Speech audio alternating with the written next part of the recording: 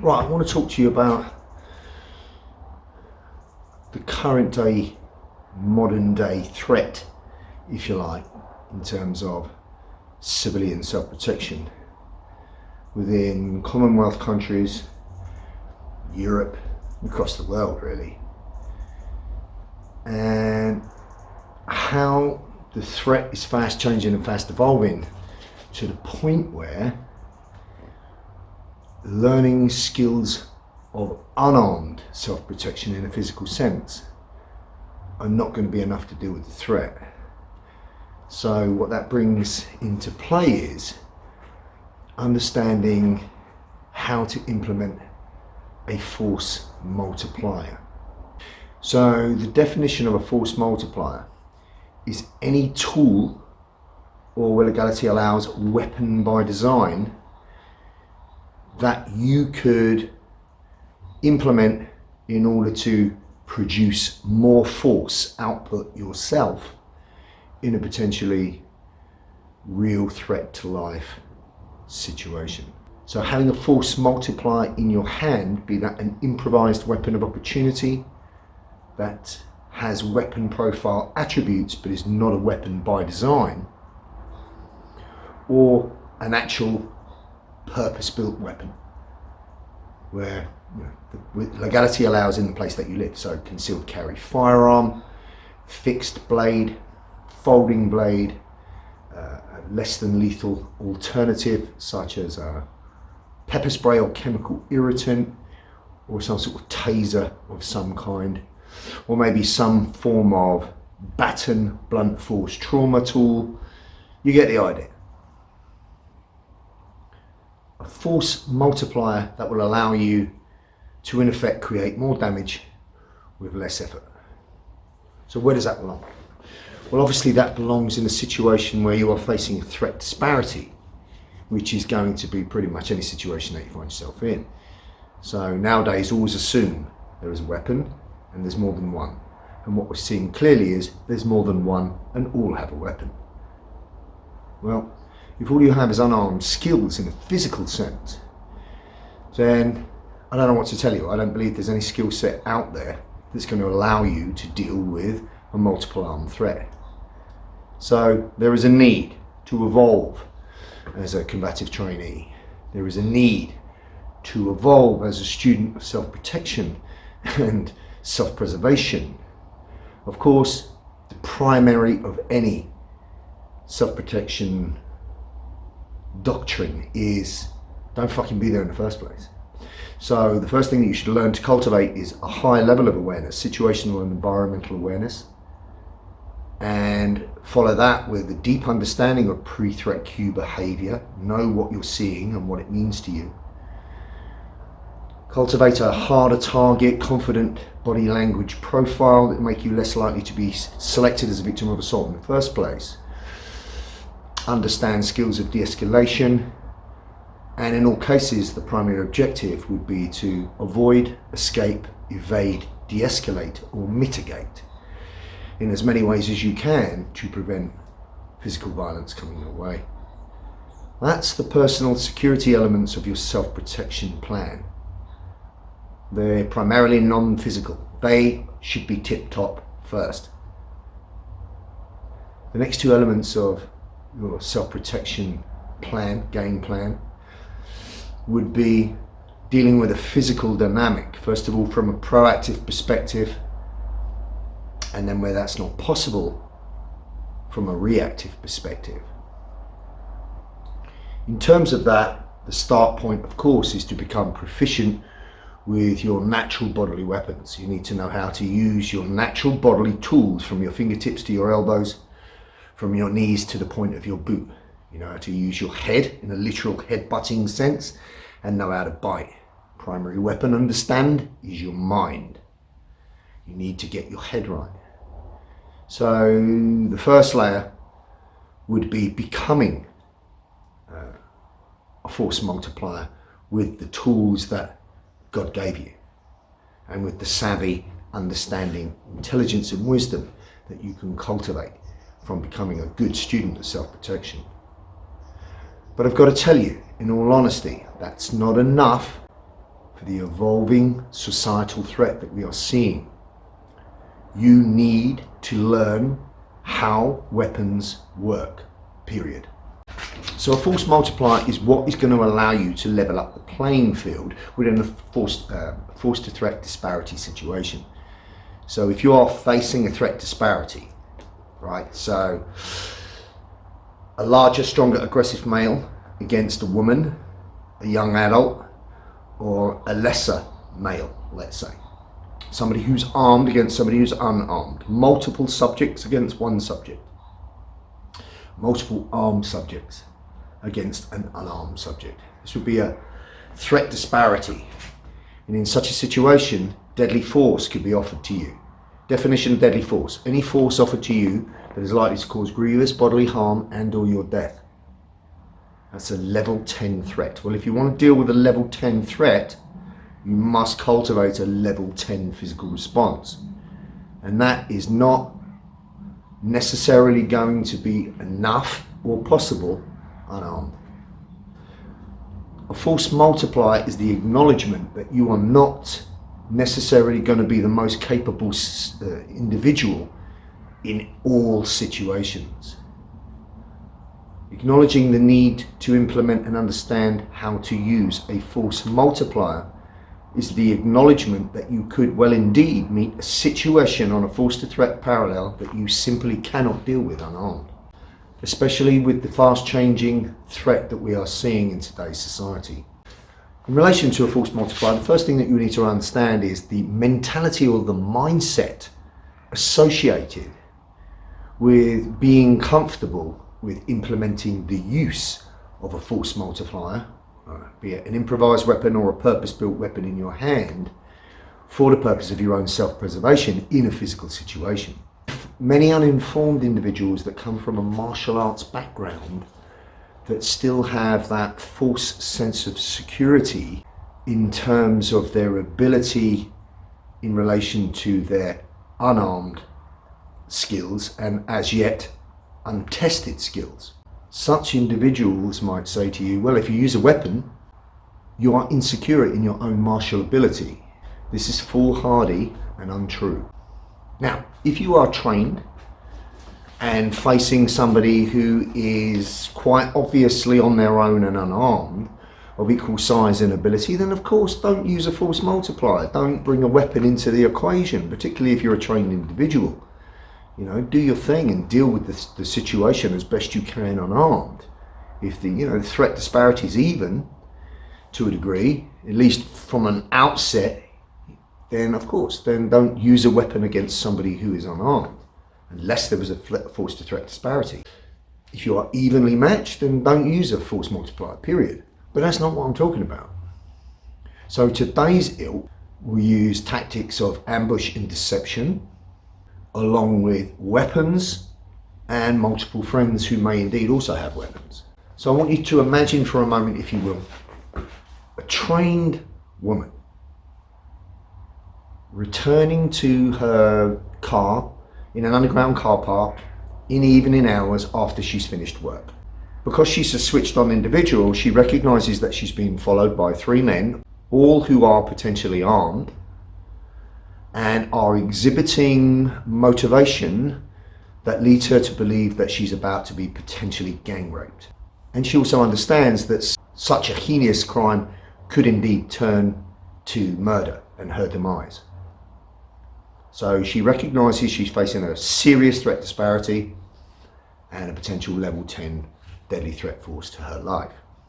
Well, I don't know of any unarmed skill set that will offer a high probability of success for dealing with a threat such as that for me, let alone for her.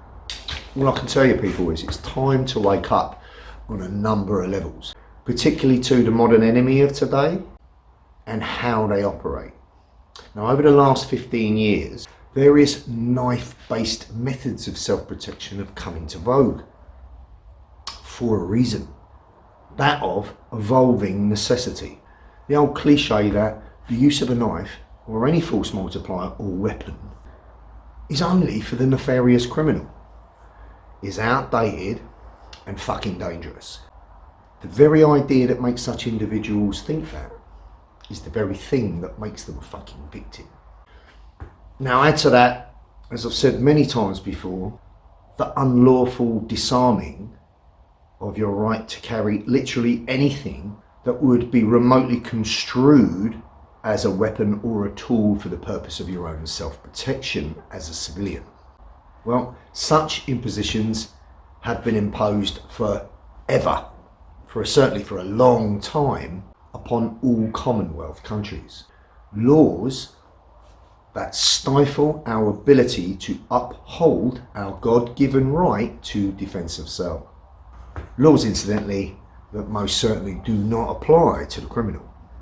We can also see now that the corporately owned legal system, along with their order-following police officers, clearly have no concern or priority for the safety of the tax-paying, law-abiding civilians of those countries, thereby leaving them totally defenceless.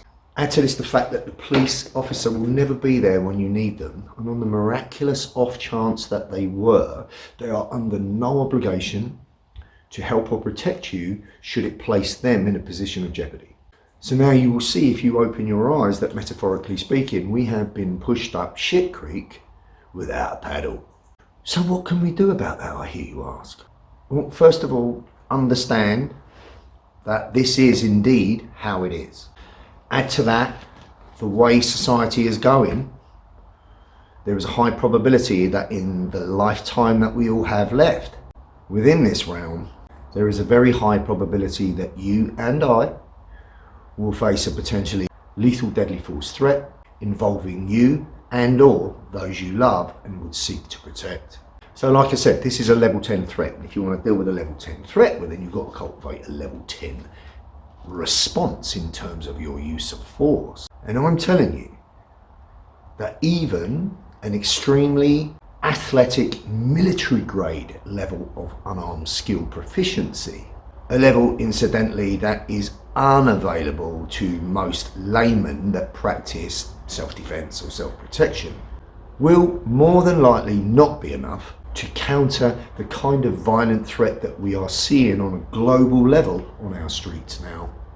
Blade crime is becoming fucking rife, and people within society are becoming more and more unstable, with crazy violent overreactions even over the most trivial events. And within these kind of events, the use of a knife or a bladed weapon seems to be right up there in terms of tool of choice. And the reason for that is clear. A knife or a point and edge weapon is the easiest thing to inflict potentially lethal damage with, and the hardest thing to defend against, particularly unarmed. So in terms of solution, first, you must understand the entirety of the problem. You must know the enemy, as Sun Tzu would say. You need to know the violent enemy that you may face in the street, and the secondary enemy that you may face post-event, should you take it upon yourself to defend yourself from such violation and or death. Understand that there is a high chance that if you defend yourself in the street to a point where you've had to implement up to and including lethal force, you may well indeed be persecuted and prosecuted for your actions post-event by the so-called judicial system that was implemented and put in place to protect you in the first place. Something that incidentally is unlikely to happen to your attacker, who is unlikely to even see the inside of a courtroom. Now that's the reality of the problem. So I'm considered high up in this field, in this business, and there's a few peers that you could count on one hand that would be considered my equal. And yet, I'm the only one that's going to be candid enough to tell you this, simply because I don't give a fuck either. This is the enemy. This is the modern day threat.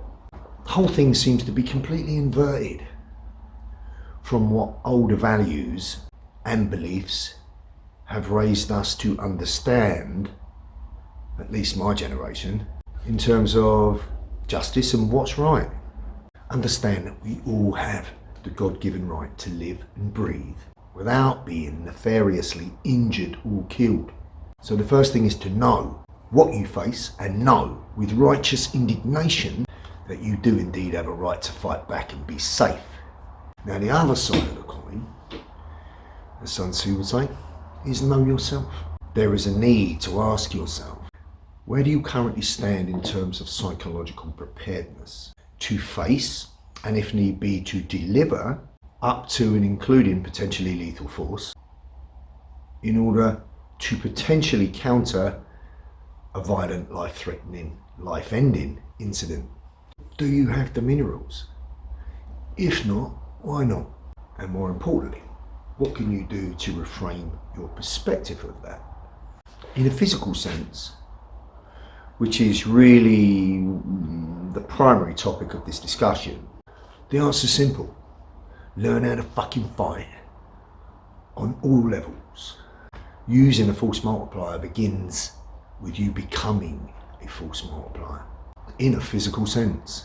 As I said, foundationally, you should know how to use all your natural bodily tools and weapons and become extremely combatively efficient unarmed. That's the start of you becoming a force multiplier. Then add to that incrementally weapon-based layers. Learn as many weapon systems as possible. Regardless of where you live, regardless of the legality, learn how to use weapons. So that may be you put yourself in a training environment using training weapons with competent, combative tuition of how those things work, as well as doing your own research and practicing.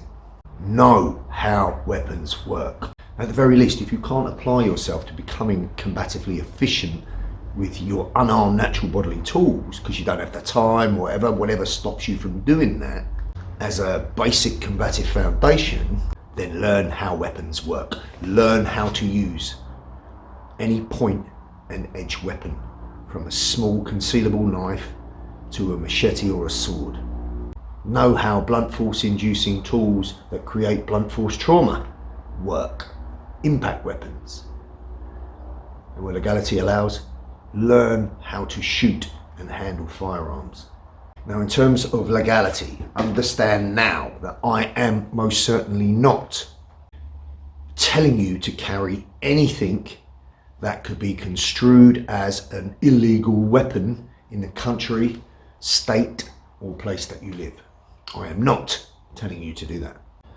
We all have to coexist within this broken system. And even though there is a big difference between what would be considered lawful, such as your God-given right under natural law to protect and arm yourself against all armed enemies, to what is considered legal, man-made laws that are imposed to suit whatever narrative or agenda that has been put in place suggests. You do not want to go to jail, so abide by the rules. Unless or until, of course, we reach that point where society breaks down completely and we find ourselves temporarily or for however long without the rule of law. In which case, all fucking bets are off. And for those of us that live in these Commonwealth countries where there is no Second Amendment, it will be time to go fucking medieval. But unless or until that happens, and in order to remain a so-called law-abiding civilian, you have got to follow the fucked up rules. Now that means that there is a severe threat disparity, a disproportional arm that benefits the nefarious violent criminal who will carry purpose-built weapons regardless for the purpose of your demise, simply because he couldn't give a fuck about the rules or the so-called legal system that's in place. Not to forget that as your attacker, you will most likely be privy to much better legal protection than you as the victim. That is, of course, if they even ended up inside a courtroom in the first place. So what I am telling you, as people that live in such countries, is to learn how to use weapons. Learn how to use weapons by design within a training environment using training weapons under competent combative supervision. Start doing that from a martial learning and academic study perspective. Also, I would suggest that you keep whatever weapons by design that you may, at least right now, legally own within the confines of your home.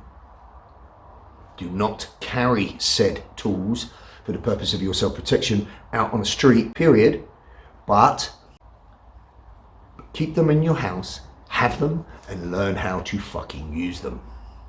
In addition to this, learn how to use your environment, learn how to use any improvised weapon of opportunity or of personal carry that is not considered a weapon by purpose-built design, but has weapon attributes attached to it.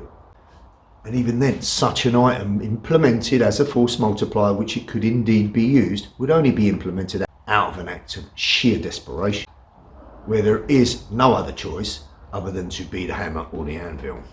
Gaining and acquiring such knowledge can literally be the thing that will potentially save your life when it's facing a potentially deadly force threat situation such as what we've talked about.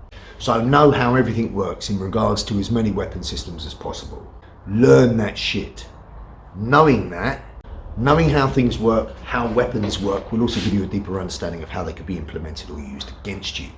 Particularly when you study the MO or the modus operandi, or the way in which a nefarious criminal would operate and use weapons.